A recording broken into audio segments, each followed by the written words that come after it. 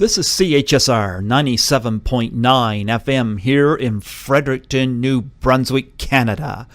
This is Python's Paradise, your film and music show, and this is your host, Greg Gilbert, aka the Python Hyena. And folks, you know, I've interviewed so many people from the Friday the 13th franchise, but this will be my first screenwriter I've had on the show, and I've got the crown jewel of the screenwriters from those films.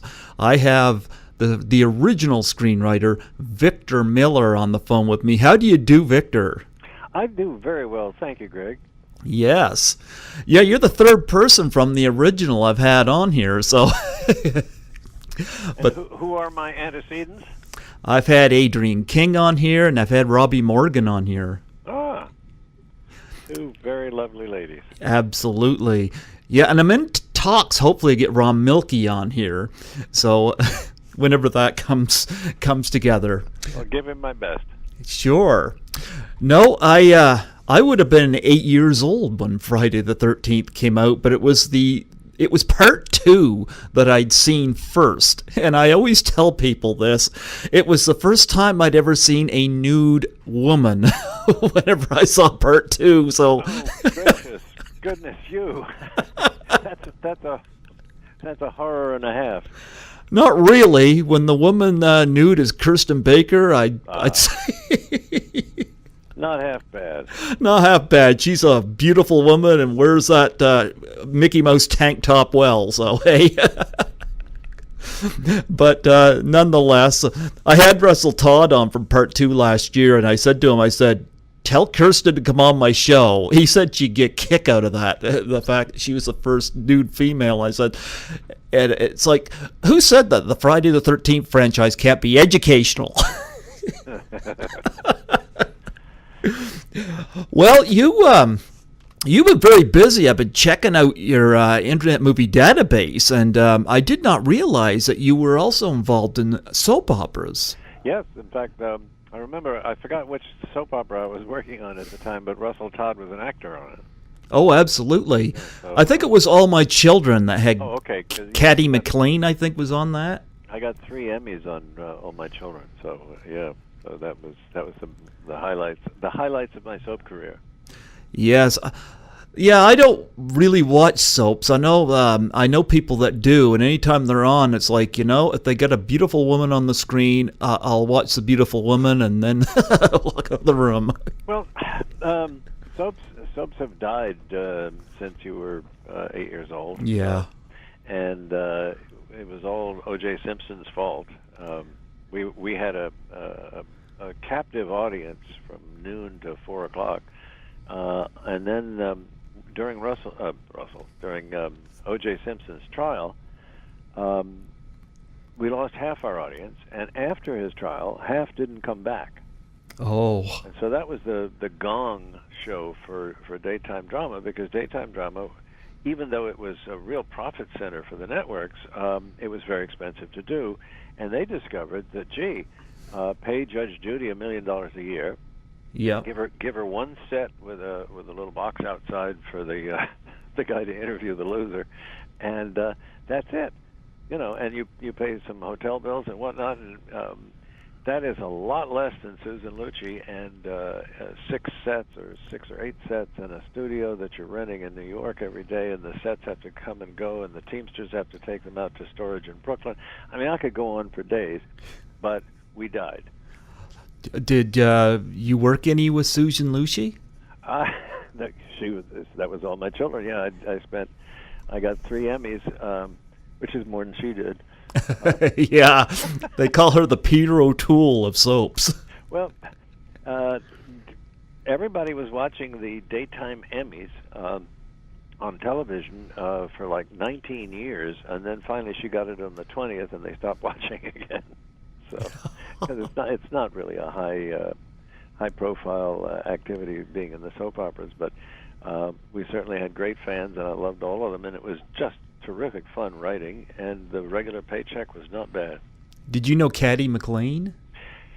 Katie McLean. Oh, Katie. Yeah, Katie McLean was a delight. I remember when we first hired her, and the writer's office was not even in the same building with the with the actors. And one day she showed up with a plate of cookies she'd made. Couldn't have been sweeter. Yeah, I said Caddy because that's the name of the character Lindsay Lohan played in Mean Girls, and it's spelt the same way. Yeah, yeah. Well, okay.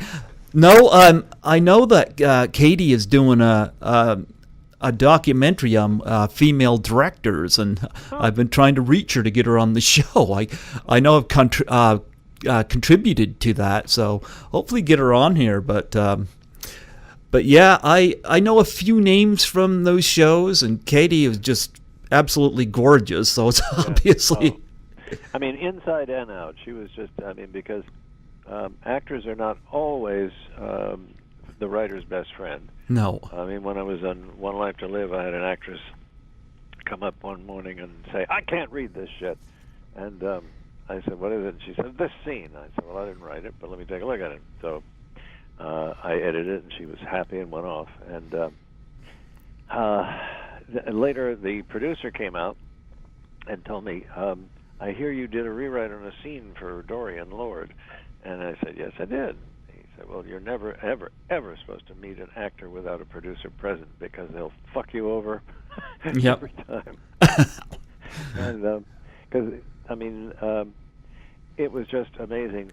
You would write an audition scene for a new character that was coming on the show, and they get about 6 or 8 people to do taped auditions, and then we'd choose whoever the actress was, the producer would choose, and the directors. And so we'd get that actress or actor, and then within 3 months, the actor who was now playing the character would come up to me and say, "My character wouldn't say this." And I said, I invented your character. Oh, Lord. So anyway, it was fun. It was 5 days a week, and I really enjoyed the hell out of it. It was 25 years worth of my life. Well, you get to work with somebody like Katie McLean. I'd probably enjoy that, too. Yep. And, of course, you've... I got to bring up the name Sean S. Cunningham because I know you've done a couple of pictures with him, Manny's Orphans and Friday the 13th. And I was wondering, you give us a little background on how you two come to meet. Came to meet, I was doing, I turned Scott Odell's novel, The Black Pearl, which was for like teenager kids, I guess. And I was turning it into a screenplay for Brud Talbot and Saul Swimmer in New York City, and I was in their office doing some rewrites, and Sean happened by. He knew them, and got introduced, and it turned out we were both living in Connecticut, so we took the train home together. And we talked about things, and he'd done Last House on the Left, but I guess that money was drying up. And so we talked, and we started noodling a bunch of things, just basically two guys trying to find a way back into making some money. And, I wrote a lot of, not a lot, but 2 or 3 scripts on spec easily, and they didn't go anywhere. And then Sean called me one day and said, "I think I can get some money to do a ripoff on Bad News Bears." And so we did Here Come the Tigers. And I did that under the name of Arch McCoy. Okay. Because I didn't want anybody to know that I had anything to do with it. And then he said I was again working on some more stuff, and meanwhile selling things wherever I could. I did a lot of novels and novelizations, and then he said, oh God, I can't remember the guy's name. Anyway, Steve Miner. Steve Miner had an idea for a little soccer film for kids, and so I did the screenplay for that. And that was called Here Come the Tigers, and then Manny's Orphans. No, Here Comes the Tigers. I'm sorry, that was the baseball one. It was called Manny's Orphans, and you can find that maybe in a tag sale. And then he called me up and said, "Halloween's making a lot of money. Let's rip it off." And so I said, okay. And I went and saw Halloween, which I hadn't seen. I love Halloween. Oh, it's excellent. I mean, I went to school on that movie. There's no doubt about it, and I've never been shy about saying it. Yeah. I learned the basic principles that you need for a modern horror movie, and I know that, John Carpenter kept complaining that I had ripped him off, and I don't know why he kept complaining, because I said I did. So, at any rate, that was the beginning. Yeah. And, I love Halloween, but, Black Christmas came out before that, so... Yeah. Yep. Well, But... we have to crawl before we can walk. Yeah.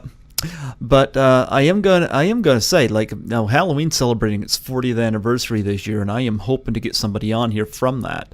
But I've had a lot of luck with the Friday the 13th franchise, but I want to take a step back to your the children's movies, because it's funny, because growing up I always saw, if I read a review for Manny's Orphans or Here Come the Tigers, it would say that they're the same movie, but they're not, are they? No. I mean, because Manny's Orphans was really about a young girl. I mean, yes, they both have sports in them. One is baseball, the other is soccer. But in the case of Manny's Orphans, you had a girl pretending to be a boy, and playing on a boys' soccer team, and so there was a kind of a love interest there.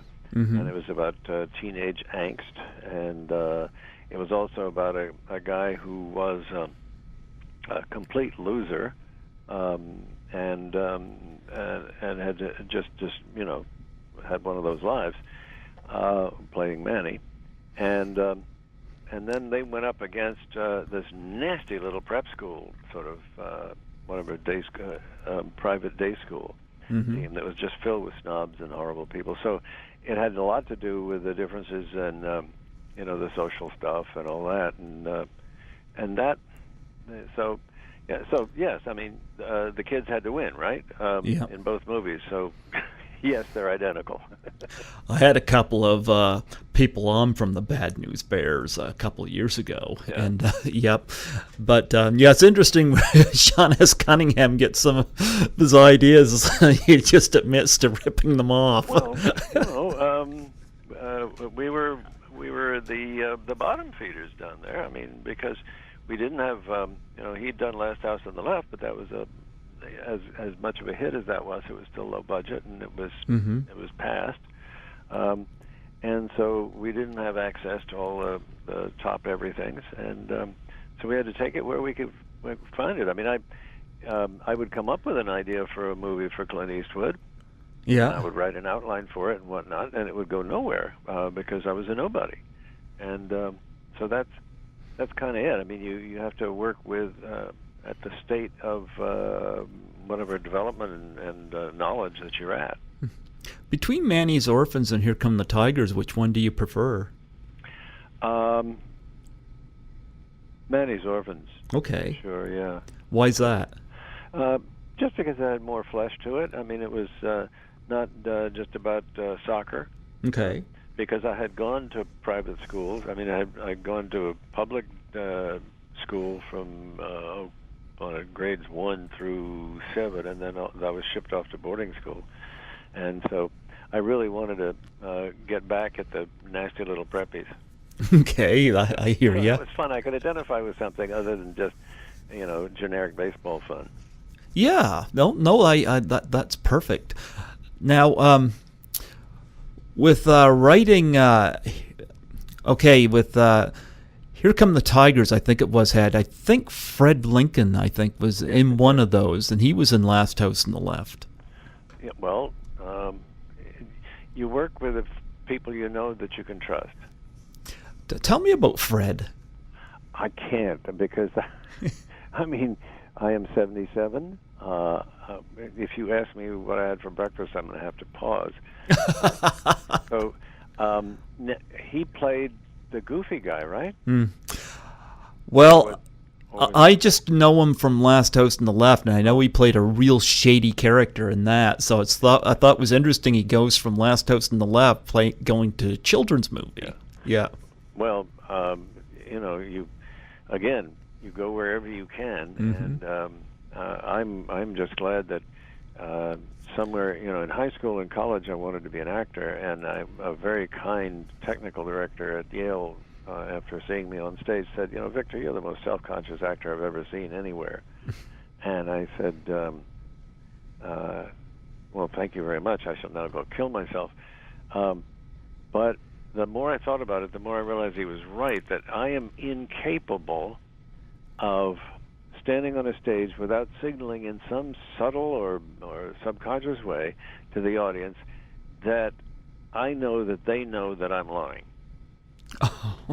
Okay. And it's taken years to figure it out, but I am so glad that young man told me what he told me, because I'd be waiting on tables somewhere in Los Angeles still. That it's just, and I've done some acting in low budget films since, and they were really just walk-ons. But there it is again. I mean, I can't do what really good actors do, which is to just throw themselves out with the bathwater and become whatever this thing is. Because I'm always thinking, somewhere in my subconscious is saying, I'm not really Julius Caesar, and they know it. Okay. So I'm lying, and they know I'm lying. And then I go into, you had to know my mother to realize how she'd close the door on that career. Okay. Which leads us to Friday the 13th. And here we are almost 40 years later on Friday the 13th. Right. And a couple of years it'll be 40. And it's like, like I said, I would have been 8 years old when that came out. So it's like, when you wrote that, I mean, I know you probably get this all the time, but can you believe here in 2018 that film is what it is now? Absolutely not.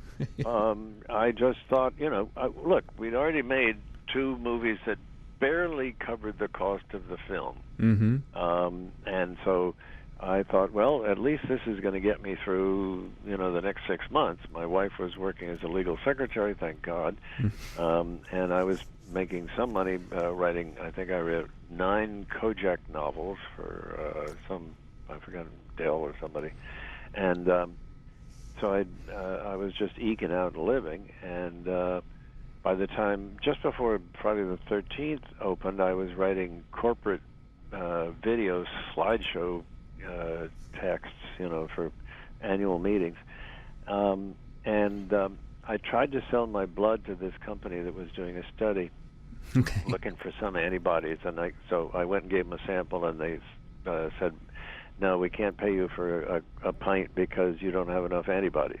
Oh. And that would have that was, I think, $25 for a pint, and I needed it, so. And then Friday the 13th, and I went, holy shit. Yep. Well, Friday the 13th, of course, became the sleeper hit of 1980, right. And came out amidst of The Empire Strikes Back and The Shining and all those films, and of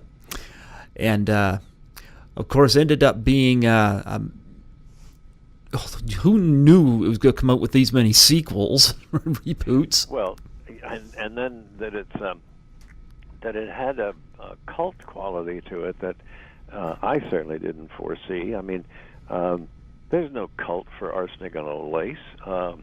No. or Brute Force, or any of the movies I used to see when I was a young kid. And yes, there's Star Wars cults, and there all the sort of sci-fi ones. But at that point, I think that it came about largely as a result of the fact that Paramount thought, let's try an experiment, and they opened it in a gazillion theaters. I forgot what it was, a record-breaking number for a movie like that, which was made for less than $1 million. Mm-hmm. And they just opened it all over the place, and the publicity on television and whatnot was excellent. And the next thing we knew, I mean, I went and saw it at. I'd seen a lot of screenings, but I went and saw it the night it opened, the early showing at a super, or what do you call it? Those things that are dying, a mall. Yeah. A mall in Milford, Connecticut, and we went in, and everybody screamed at the end, and half the audience had already started to walk out, and then the scream came, and so I enjoyed that. And then I came out the door with my wife and friends, and the line was at least, 200 yards long.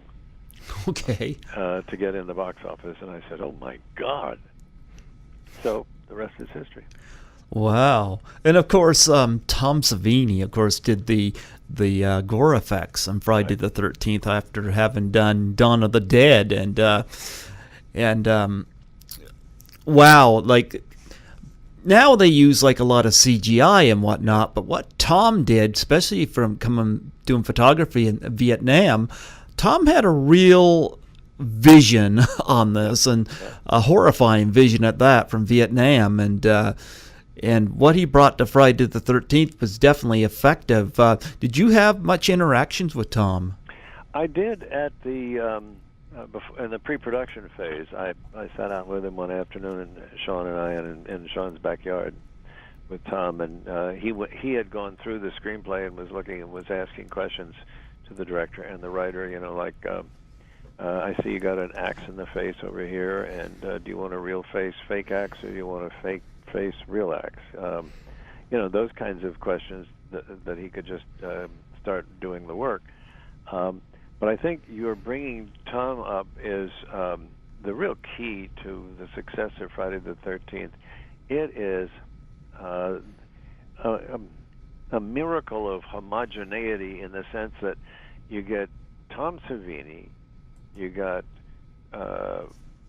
Manfredini, and so there's the Italian wing, then you have the Cunningham, the Irish wing, and then you have Miller, the half Jew. But Sean did bring all these things together in by hook or crook and whatnot, and then you get Betsy Palmer, who was not the first choice in the sense that it was supposed to be Estelle Parsons. Estelle Parsons, right? Yeah. Then there was a conflict, and so Sean and I went and interviewed Betsy, and yet. So all of these things came together, and Adrian King and just everybody. They were incredibly Robin Morgan, shortest lived character on the screen, but it worked. The crew, the cinematographer, just everything. Somehow, talk about a fluke. Yeah. You know, and yet somebody was looking down from heaven on us, and. Or hell, I don't know which. And here we are, you and me talking in 2018 about something I was stumbling through in 1979. Yeah, I interviewed Adrian King. She was my second interview guest on the show. And after I interviewed her, I think about a week later, Betsy Palmer had passed away. And Betsy lived a good long life. She did? Yep. And I know she was big in the 50s with Mr. Roberts and films like that. But then I know she did the Friday the 13th because she was able to get a vehicle, but car. Yeah, get a car. Yeah. But it's funny because I'd look at some of these conventions where she's in attendance and she's come to embrace playing Mrs. Voorhees, unlike originally where she said nobody would see it. I love the fact that she come to embrace it. Oh, well, I don't know if you know this, but actors like to be liked. Mm-hmm. And the more people that like them, the happier they are. I mean, Betsy worked me like a pump. When Sean and I went over to talk to her about the thing, she'd read the screenplay. We came in the door, and she said, "Oh, Victor, I love your screenplay. Such great grand guignol. It's just classic. It's wonderful. I love it." And so we hired her, or Sean hired her, and then in the what you call it on the DVD interview type stuff for Warner Brothers or whoever was that one, I saw her interview where she said, "I saw the screenplay as a piece of shit, but I needed the money to buy a new car." And so I was on a panel with her, I guess in Kentucky at some point or somewhere, and I said, "You told me you loved my screenplay." She said, "I needed the job." So, it was... I really loved her, and I thought she was great. And, there are certainly no fan clubs that I know of for What's My Line or To Tell the Truth, whichever show she was on for many years as a panelist. So, this and Mr. Roberts. But on the panel, she was wonderful because she used to talk about being a starlet in Hollywood and sleeping with all of the people we knew. So I loved her. Yeah, it's funny because, Jason Voorhees is kind of the face or the mask of the series, but a lot of people love Mrs. Voorhees, and I think it was just because what Betsy brought to the role. Like the first time you see her, when Adrienne King comes frantically running out of the cabin, and you see her come in front of the Jeep lights there, the beautiful lighting, and she goes, I'm Mrs. Voorhees, an old friend of the Christies, You don't suspect anything, and I like that. Right. Well, I did not know for 10 or 15 years afterwards that where Mrs. Voorhees came from, and then I had a shrink tell me, he said, Victor, I can't believe you don't know why Mrs. Voorhees was Mrs. Voorhees and the way she was. And I said, all right, tell me. He said, well, in short, Mrs. Voorhees was the mother you never had and always wanted. Oh. Because the shrink had certainly heard by that time enough tales of my mother not supporting me and always taking my friend's side against me. And so I had no idea. And I think at least half of the popularity of the character, I'm not taking anything away from Betsy Palmer, but I think half the popularity of the character is that, by God, she is a mother. And if you fuck with her kid, you are dead. Yeah. There's a machete out for you. And so, just not that anybody wants their mother to turn into a murderer, but just the thought is it's awfully nice to contemplate. Yep. Mom shouldn't have put me up in the attic, or whatever. It's just she's a. I mean, I think of her literally as this wonderful mother figure, and I know that she has done wrong. Yep. Many times, because none of these people, in part one anyway, none of these people actually hurt Jason because he was already kaput. Yep. Well, you could say maybe the characters played by Barry Abrams and Deborah Hayes, maybe, they might have been the two that were having sex while Jason drowned. Absolutely. Yeah, I mean, and there's always that theme, that that was the other part of my shrink, that if you, I mean, when my father and mother sat me down and told me what sex was, my father's only comment, my mother did all the talking, my father's only comment was, don't get anyone pregnant or they'll sue us for everything we have. and then my mother went on and she had, oh God, she'd been so grim about sex, and then I said, well, why do women do that? And she said through gritted teeth, because it's the most wonderful experience a woman could have. And I knew something was fucked up, but I also knew that if you did what those two campers do in the beginning of the movie, you're going to pay. I mean, it's going to be serious. It's not good. Nope. So this is that's what happens when you make love with somebody you're not supposed to, and you're not qualified to do that yet. You will be macheted to death. Yeah. Well, Barry Abrams, I know, was working on the film, but nobody seems to know where Deborah Hayes is anymore. And that's come up in conversations I've seen on some websites. So. No idea, none at all. But I heard that that scene was originally supposed to be different than as opposed to being done in a cabin or a barn. Oh, the movie-making business is a communal enterprise, and and one of the biggest members of the community is location. Yeah.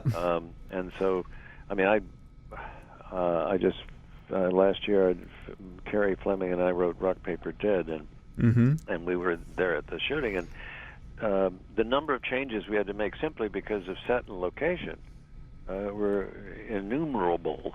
So that scenes get changed on the spot. All kinds of things happen. Yeah, I don't know. I think I read an interview with Sean or something saying there was supposed to be a chase and around the boathouse or whatnot, and that's how they were supposed to die. But because of situations with the weather or something like that. Oh, it's the weather and money. And money, okay. Oh my God, this was a low-budget movie, and nobody had any money to go into their pockets with to say, okay, well, I'll pay for this extra scene. But it's, I think the process of making movies is worse than waterboarding. Okay. I mean, I was there for Rock, Paper, Dead. I was only at Friday the 13th for one day when they were putting an arrow through Kevin Bacon. Okay. Which I loved seeing, but no, it's not suitable for children watching movies made. It's just boring, and when it's not boring, it's painful. And I don't know, but actors love it, directors love it, designers love it, and you just have to know what you want to do.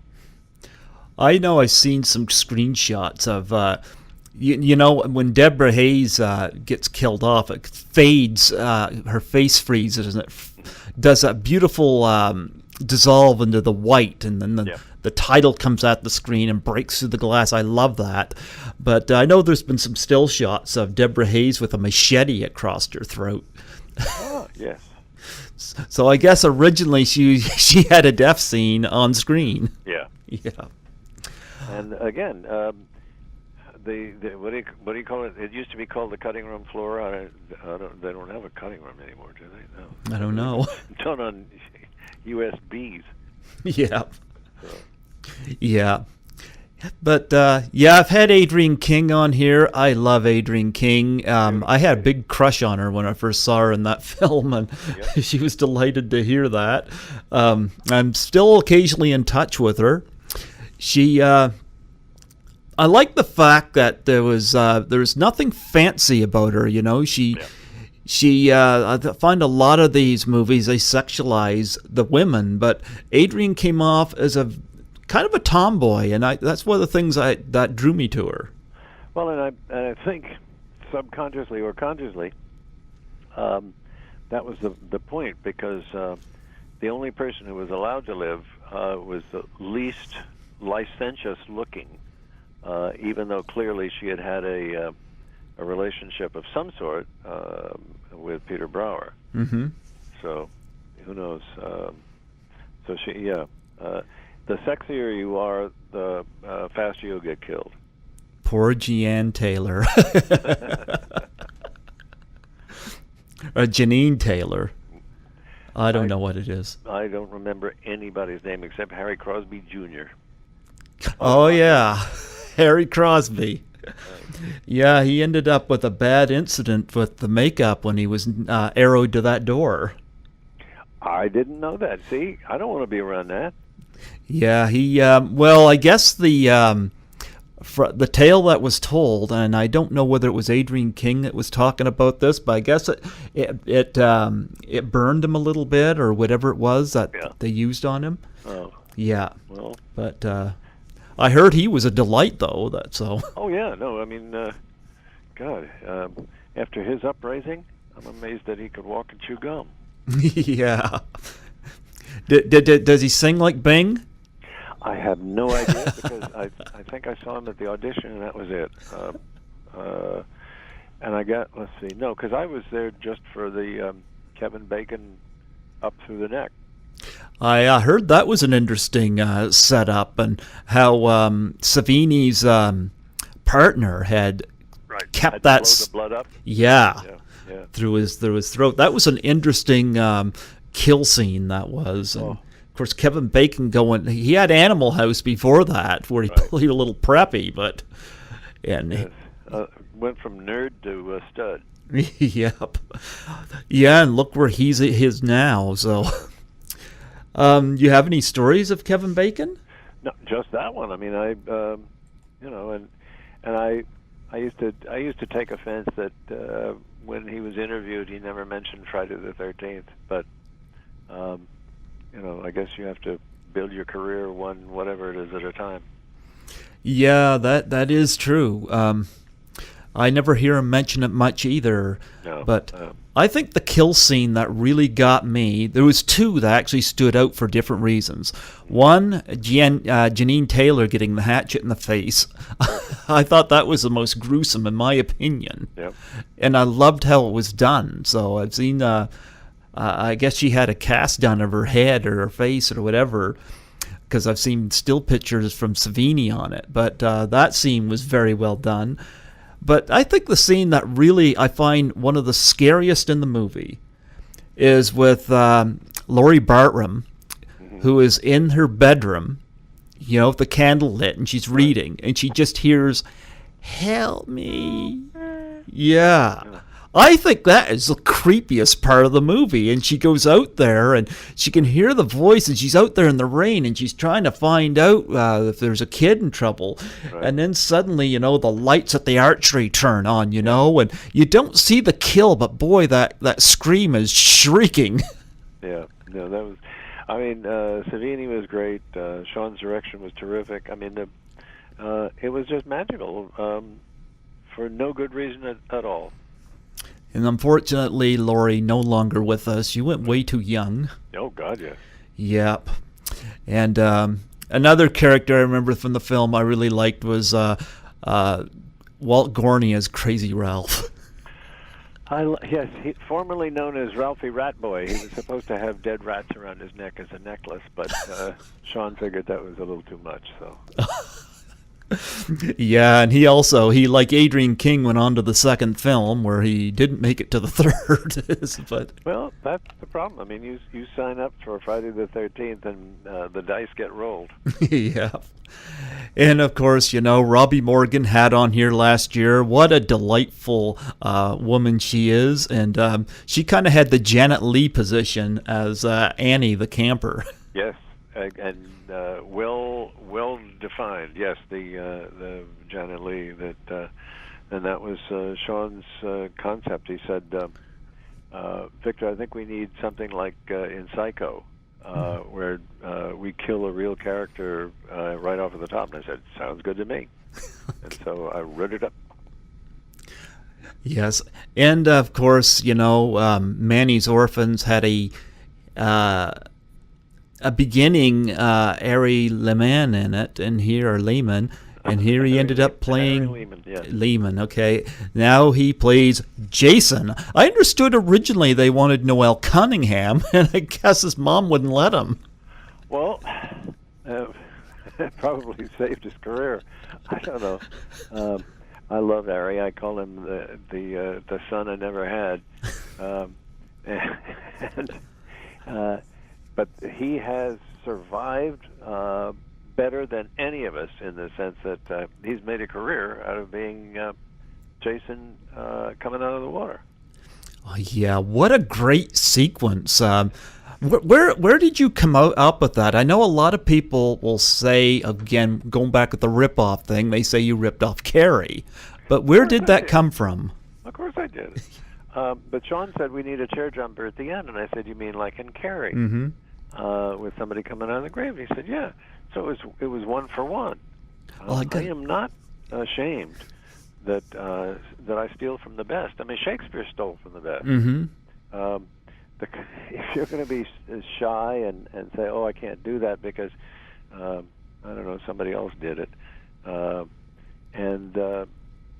Look, we were starving, literally. Well, Brian De Palma has said himself, that he's been accused of ripping off Hitchcock. But I think De Palma always brought his own take to everything he did. And De Palma said, you get inspired by the best. And that's the same with you and Sean. Yeah. We invented this thing that came out of whatever it was and has gone on for umpteen episodes. So whatever it is, you can be a purist if you want and say that every word you can't use any words that anyone else ever used. Yeah. But it's the proof is in the fact that people jump out of their seats. Yeah. That's why it's called a chair jumper. Yeah, and it's interesting because that scene. I love the fact that Harry Manfredini calms you with that music score. And just when you think you can breathe, out comes Jason out of the water. That combination, that lyrical piece where, oh, thank God we've been through so much, and it's time for us to relax, and the goodness is raining, and the girl is living, and the water is lovely, and then, Manfredini is a genius. Mm-hmm. Again, where did you come up with the idea of Jason coming out of the water, like, as opposed to anything else? Like, how did you come up with that for a jump scare? I know you say Carrie was an inspiration, but that was a hand out of the grave. What made you think of Jason coming out of the water?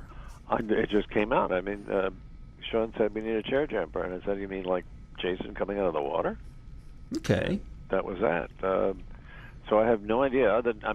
It has to have had its model on the Carrie thing with the hand. Mm-hmm. And so my subconscious, I guess, said, whose hand could it be? Well, it can't be Ms. Voorhees, because we already saw she has got no head. Because it was a nightmare. I was free to do anything I wanted. Mm-hmm. And it wasn't real, though they had to back and fill in order to keep it going. I was stunned that they decided that somehow Jason was hiding under lily pads all this time, because it totally eviscerated the motivation for Mrs. Voorhees to do what she did in my movie. That she was killing people because her son had drowned, mm-hmm. which means that technically he was dead. So they brought him back to life, and the rest is box office history. Yeah. Steve Miner, excuse me, Yep. had done Friday the 13th, Part 2 and 3. Right. And previous to that, he was involved with Last House on the Left, and he was involved with Friday the 13th. And Manny's Orphans. And Manny's Orphans, yep. And so had you, like, he went on, of course, direct the second and third film. Now, had you seen any of the sequels? I had not. I have seen the 13th. I've forgotten. These guys who were doing a podcast wanted me to. They had heard that I had never seen any of the sequels, and they said, "Pick a sequel, any sequel, and then we'll interview you about it." And so I said, "Well, no, I haven't seen them, so you pick a one." So I think I've forgotten what it was, and I really enjoyed it. I mean, it was fun. Mm-hmm. Look, I have a master's in theater from Tulane University circa 1967. Mm-hmm. And I learned that the willing suspension of disbelief is what makes entertainment work. And if the Elizabethans could believe that a guy coming on stage wearing a cloak that was, I've forgotten what color it was, but it was called the cloak of invisibility. Mm-hmm. So the people in the audience, like you and me, were sitting there saying, "Oh, look, he's invisible." And so if they could do the cloak of invisibility, then why can't Steve Miner do Jason coming out of the water for the fine, and being alive? And the fans ate it up. So, let's not get cranky. I've heard various things on Part 2 that. What was Sean's involvement with Part 2? Because I hear various things. I have no idea. Okay. I was cut so free after number one that I had no. I'd never seen. I didn't see any of the screenplays. I didn't get any phone calls. I didn't get anything. I was not to put too fine a point on it. I was just dropped. Well, Part 2, Jason had a burlap sack over his head in Part 2. I have seen stills of that, yes. Yep. And I gotta say, it had a, I won't give it away, but the ending had a jump scare very, very similar to that of Part 1.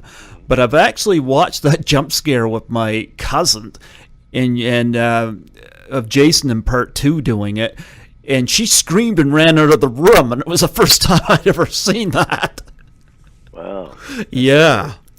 But I've seen burlap sacks on heads in other horror movies, haven't I? Yeah, The Town That Dreaded Sundown. That's something like. I mean, I just remember I have seen burlap bags over heads.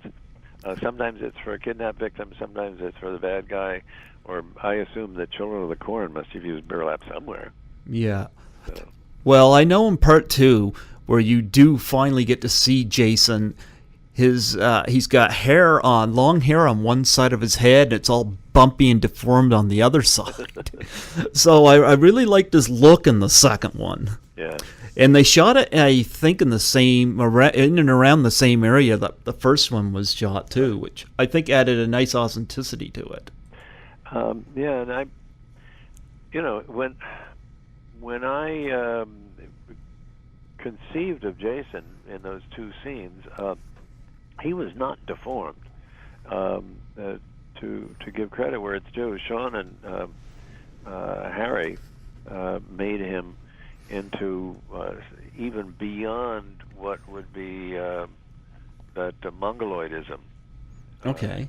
I mean, he came out real bad, and so that's kind of weird in itself, because the only line basically is he wasn't a very good swimmer, and you knew from that he was at least slow, if not retarded. So, well, part 2, I gotta say, if you get a chance, I gotta say, had some effective scares in it. You might want to check that out. Yeah, sure. Yeah. And part 3, of course, I interviewed somebody named Steve Joyner. My apologies, Steve Miner. And you're not even 77 yet. I do that all the time. Yeah, there you go. Steve Miner, of course, with part 3. I don't know. Steve Dash, who played Jason in part 2, says that maybe it had to do with the fact that he had problems getting that burlap sack to stay in position with that one eye hole. But they introduce, of course, the hockey mask in the third one. Yeah. What do you think of the hockey mask becoming a big thing with this franchise? Well, I'd have to say, in retrospect, it was genius, because you do not. I mean, there's a cartoonist in my San Francisco Chronicle and in the Oakland Tribune, where I forgot, he had a whole week long where some character was walking around in a hockey mask, and there was no doubt that it was not about the Penguins. It was totally, about he was Jason, and when Halloween comes around and I see, my wife and I just lock the door and turn off the light. But you look out on the street and there are at least 3 or 4 or 5 kids in hockey masks, and they're like me. They didn't want to spend a lot of money and do a lot of makeup, so and then they just grab the bag. So on Halloween, you lock the door, even if it means, Adrian King or Robbie Morgan comes pounding on your door? Yes. And what's her name from, come on, Jamie Lee Curtis. Oh, Jamie Lee Curtis from Halloween. Now, if she comes to the door, I will not say it's just kids, it's Halloween. I'll let her in, and I'll take care of her. Okay. And then my wife will beat me to death with a machete. Well, I'll say this. For the Friday films, I know the parts 1 through 4 go in a nice, smooth finale. And I think he gets done. Tom Savini comes back for the final chapter. Nice. So far, Ted White, who played Jason in the final chapter, is the only Jason actor I've had on here as of yet. And Ted White was my favorite Jason actor out of the bunch. And nice man. Oh, yeah. I loved his portrayal of Jason.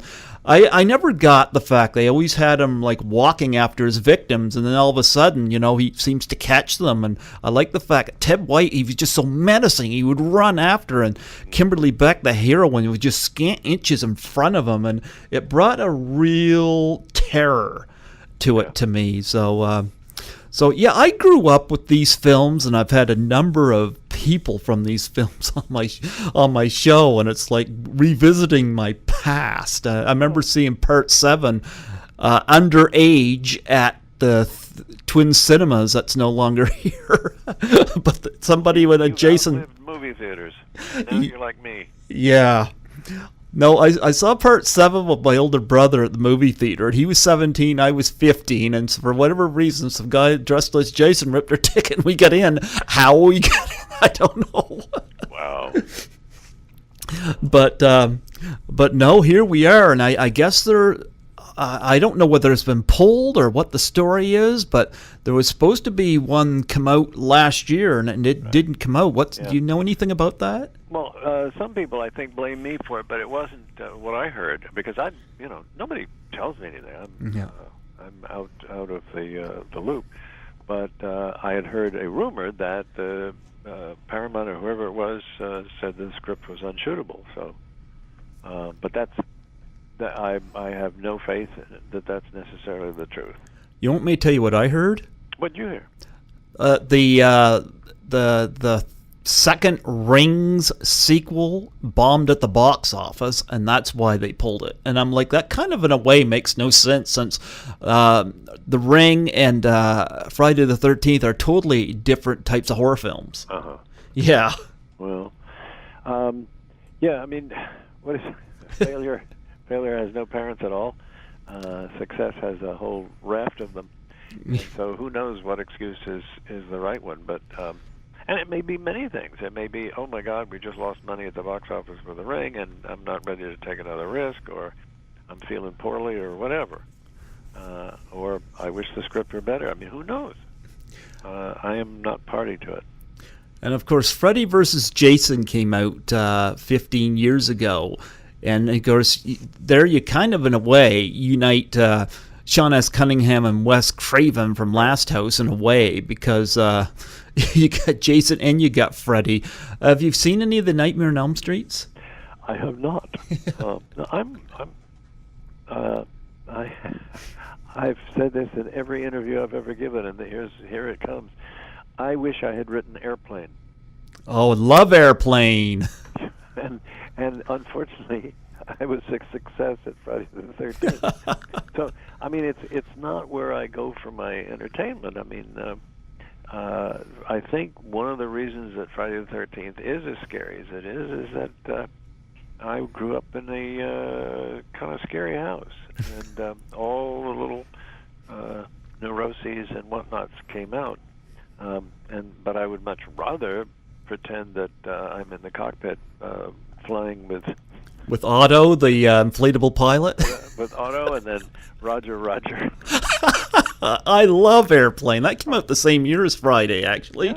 Yeah. I mean, and I love words and playing with words much more than I love playing with hatchets. But it was certainly fun playing with hatchets, and Carrie Fleming and I had a great time writing Rock, Paper, Dead, and we hope it gets a distribution deal soon. So.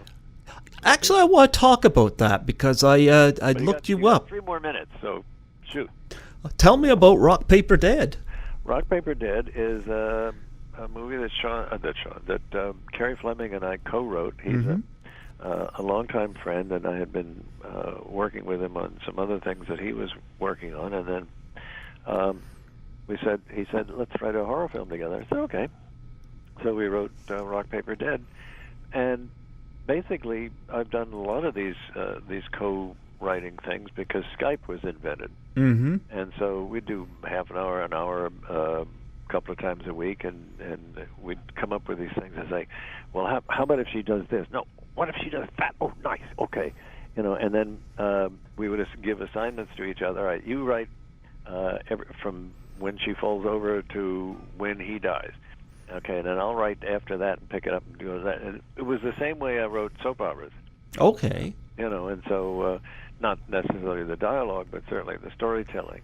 And I did that with Carrie, and through a friend that I had met in the horror film circuit, it got sent to a friend who then sent it to a friend, and then we got a backer, and made the movie with Tom Holland as the director. Oh, the director, Fright Night. Yeah. Okay.